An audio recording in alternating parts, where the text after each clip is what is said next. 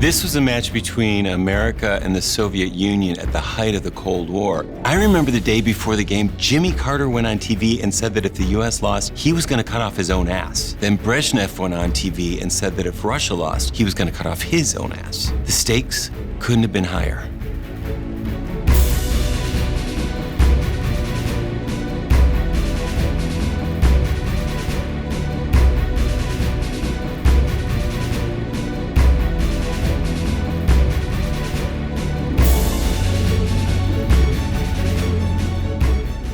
The Soviet team had these big muscular guys, several of whom had won gold in the last Olympics. Team USA had a much scrawnier roster, a bunch of guys straight out of college, Henry Kissinger, E.T., a couple of vacuums, and 3 audience volunteers who were there on vacation from Fresno. Nobody really thought the US had a chance. The U.S. hadn't won a gold medal in hockey since 1960, when Canada was disqualified for using Ganesh. I went to the game with my grandpa, and the crowd was cheering so loud that his eyeballs popped out of his head and fell into my nachos. And then I accidentally ate his eyeballs, and he gave me a spanking. You could tell the game was going to be special because when we dropped the puck for the opening face-off, it transformed into a bald eagle and hovered above the ice singing "My Country 'Tis of Thee." Hearing the puck eagle sing its beautiful song made us feel hopeful for Team USA. But then E.T. barfed on the eagle and it died, which seemed like a bad omen. The game began, and the Soviet Union immediately scored a goal. Slap shot, and it was deflected in. The Soviet Union takes a 1-0 lead. Then 2 minutes later, a puck flew into the stands and dented Nancy Reagan's head. Then the Soviets scored a second goal, and after that, another puck flew into the stands and dented Nancy Reagan's head again. If that wasn't demoralizing enough, the stadium announcer came over the loudspeaker and told us a story about a time he saw a dog get hit by a truck. That pretty much took the life out of the crowd.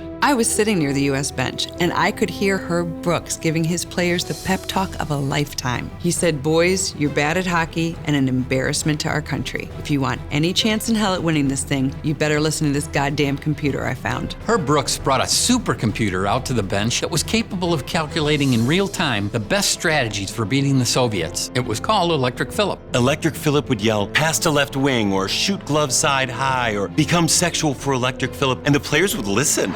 Penalty. Big shot for Davis. Oh my gosh, and they score! Suddenly, we were winning. The Soviets started panicking and trying to build their own supercomputer, but theirs ended up being more of a nuisance than anything. All the Soviet computer could do was scream "Happy Halloween" and hurl raw meat into the crowd. 28 seconds.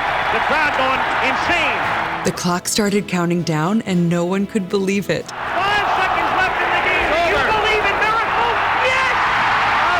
Unbelievable. They did it. They won. When Al Michaels said, "Do you believe in miracles?" he wasn't talking about the game. He had just put his hand in a toaster, and when he pulled it out, it was a perfectly toasted piece of toast. Then he took a bite out of it. I was so happy I turned to the person next to me and recited the entirety of the Declaration of Independence. It was very moving. The miracle on ice was a beautiful thing to witness, and I'll never forget it unless a coconut falls on my head, which is extremely likely because I live near a coconut tree, and I'm always kicking the fuck out of it trying to get free coconuts. What a game.